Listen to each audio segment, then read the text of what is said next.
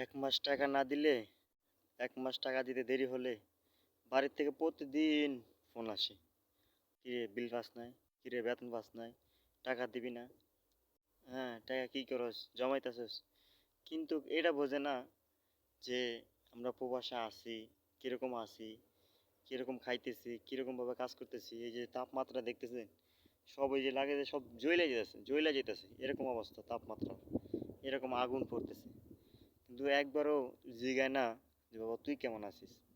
টাকা প্রত্যেক মাসে দিয়ে দিলে আর ফোনের খোঁজ খবর থাকে না। যখন আমি ফোন দিই তখন কথা বলে, এছাড়া বলো না যে দেখি ছেলের ডাটাটা খোলা আছে কিনা, ছেলের সাথে একটু কথা বলি, এরকম কথা কেউই বলে না।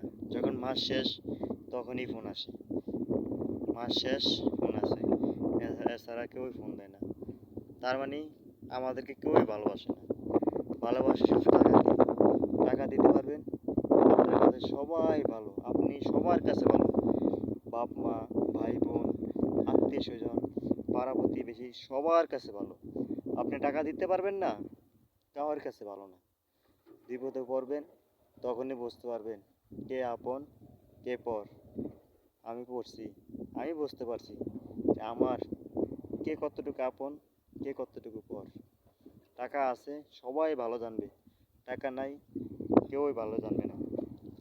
এজন্য যারা প্রবাসে আছেন আহ, বা দেশে কাজকাম করেন, যেখানেই কাজকাম করেন না কেন, আপনার অর্থ আপনি হিসাব করে খরচ করবেন, কিছু জমাবেন।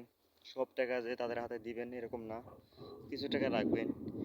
কারণ এখনকার যুগ এরকম হয়ে গেছে, এরকম অবস্থা, টাকার জন্য ভাই ভাইকে খুন করতে পারে, টাকার জন্য ছেলে মাকে খুন করতে পারে।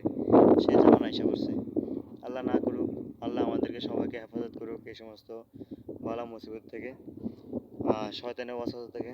সবাইকে আল্লাহ হেফাজত করুক, শুধু আমাকে না, পুরো পৃথিবীর মানুষকে আল্লাহ আল্লাহ তাআলা হেফাজত করুক।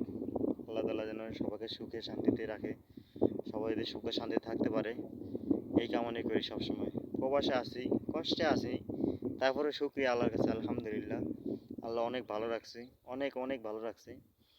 কষ্ট করতে হয়, জীবন মানেই কষ্ট, জীবন মানেই যুদ্ধ, এটা অবশ্যই জানি। তো সবাই আমাদের জন্য দোয়া করবেন ইনশাল্লাহ, যেন আমরা প্রবাস জীবনে যারা আছি প্রবাসে বা দেশে, সবাই সবার জন্য দোয়া করবেন যেন সবাই ভালো থাকে সুস্থ থাকে, এই কামনা করছি ইনশাল্লাহ। আসসালামু আলাইকুম।